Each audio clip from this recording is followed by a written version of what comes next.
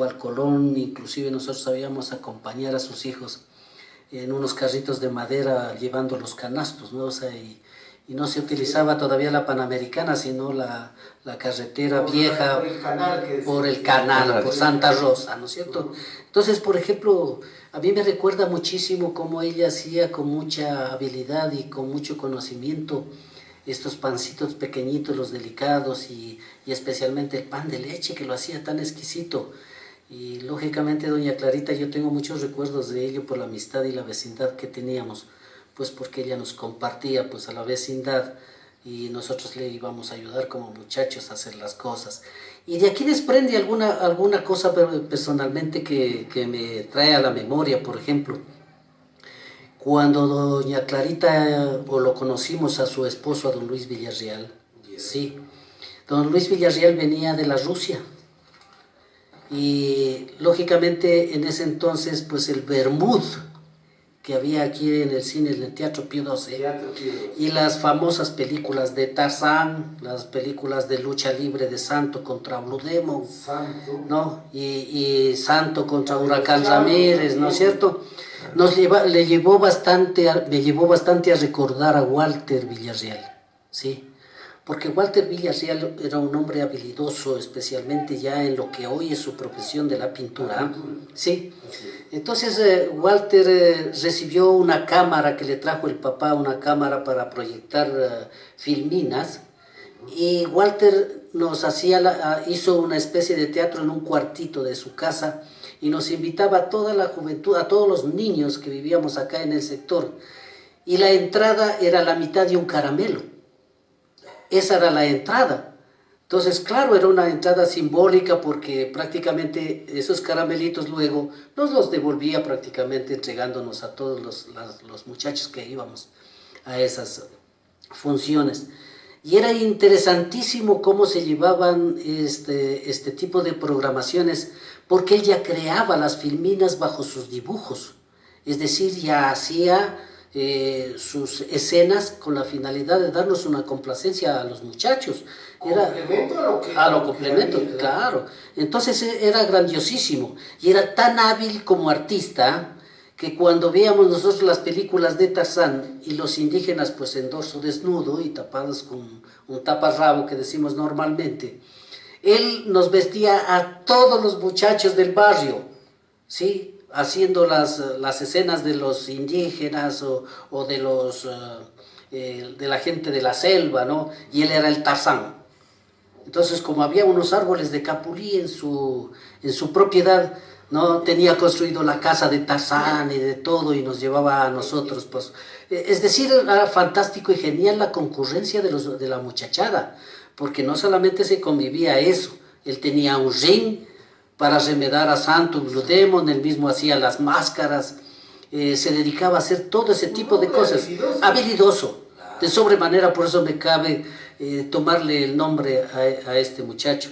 Y en definitiva, nos llevaba a hacer todas las situaciones que, como anécdota, una ocasión llegaba el papá y pretendía esconderse para que no lo hablara en la casa de Tarzán, aparentemente en la casa del árbol. Y para disculparse con el papá le dice: papi, aguanta, te voy a demostrar que el perro sabe volar en el cable, ¿no? Y lo pone así, lo amarra las patitas al perro y el perro se cayó no al suelo, pues. Entonces, o sea, era un hombre ingenioso. Y digo, bueno, el que viene de buenos padres con recuerdos, pues caramba, se lo hace todo, porque yo quisiera recordar, no sé, cuando el tiempo de las mingas, la gente los hombres llevaban a sus mujeres, y a don Juanito Villarreal, que era el padre de don Luis, pues no, le decían: don Juanito llevará a su mujer. Ahí veremos, decía, no. Pero cuando ya iba en el camino, el abuelo tenía sus cosas. Sí, él no iba con... abuelo mío, tío. Ya, buena. Entonces no llevaba a la mujer, don Juanito. Claro. Pero don Juanito, ¿por qué no trajo a su mujer? Es que el vecino lleva, decía. Claro. Entonces, por ejemplo, nosotros contábamos con don Juanito, así algunas circunstancias de estas, los cuentos, las tradiciones de aquellos tiempos, porque este sector que se generó como sitio emprendedor de algunas artesanías y de cosas, también tenía sus tradiciones, tenía sus historietas, sus leyendas, ¿no? Aquí se hablaba de la presencia del duende, que se asomaba el duende detrás del molino, y como eso era un monte de cicuta, donde sabíamos ir a jugar con las bodoqueras. Las bodoqueras de cicuta y la hierba mora. El tallo seco de la cicuta. Entonces nosotros sabíamos ir toda la muchachada allá, pero la verdad es que nunca se asomó el duende, ¿no? Pero el comentario era atemorizante, porque siempre nos conversaban que no hay que llegar al río porque nos va a salir el duende, y el duende se lleva especialmente a los de ojos grandes. Como yo tenía pequeños, yo creo que el duende estaba exento libre de esas circunstancias. De tal manera que era interesante este tipo de anécdotas por acá. Y por eso recordar, yo en esta ocasión, Willy, quisiera recordarle igualmente a don Luis Lora, el típico personaje que manejaba las máquinas del Teatro Pío XII. Personaje, sí, claro. Un personaje. Teatro Pío XII. ¿No es cierto? Entonces estas cosas sí nos llevan a nosotros a decir que esta zona sí fue generadora de todo. Fue generadora de pensamiento, fue generadora de emprendimientos, fue generadora de trabajo. De tal manera que esa lucha constante de arte y de política, claro. Pues aquí en política yo quisiera, por ejemplo, topar un poco a don Luis Villarreal, es el hombre que incentivó a los grupos de extrema izquierda aquí en San Gabriel. Uno de los primeros, ¿no? Junto con el doctor Bolívar Bolaños. Bolívar Bolaños, ¿sí? Así es. Y que son nombres que no los recuerda nadie, ¿verdad?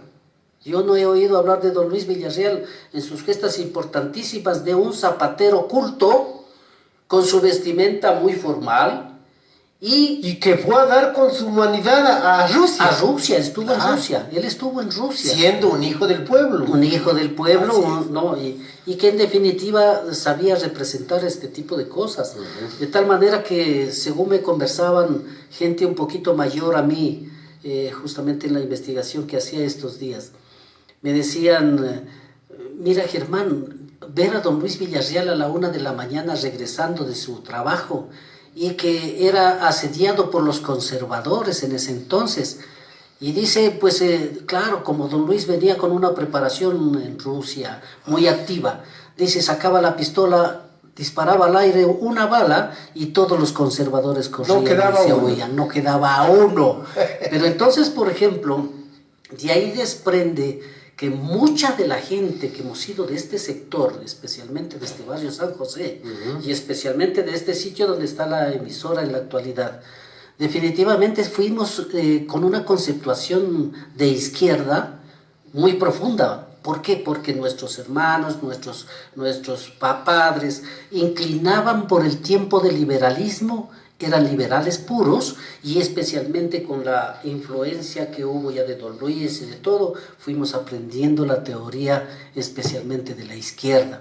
Para ese entonces, claro, hablar de un marxismo era terrible, hablar de un partido comunista peor, pues. Lo ¿no? que entonces, fue ya después, un poquito después, la base política, teórica, ideológica fundamental de lo que fue el Gran Frente Amplio de Izquierda. El Frente Amplio de Izquierda, el FADI. Claro, el FADI. Con don Luis y muchas personas. Sí, bueno, yo estuve muchos años que nacieron en esa etapa. Y que hicimos gestas, pero que lamentablemente los pasos políticos, prácticamente los nuevos procesos de pensamiento, de las nuevas formas de pensar en base a la ciencia y de todo que han sido influyentes para ir cambiando o modificando las estructuras, lamentablemente pues no nos han dado otro tipo de circunstancias.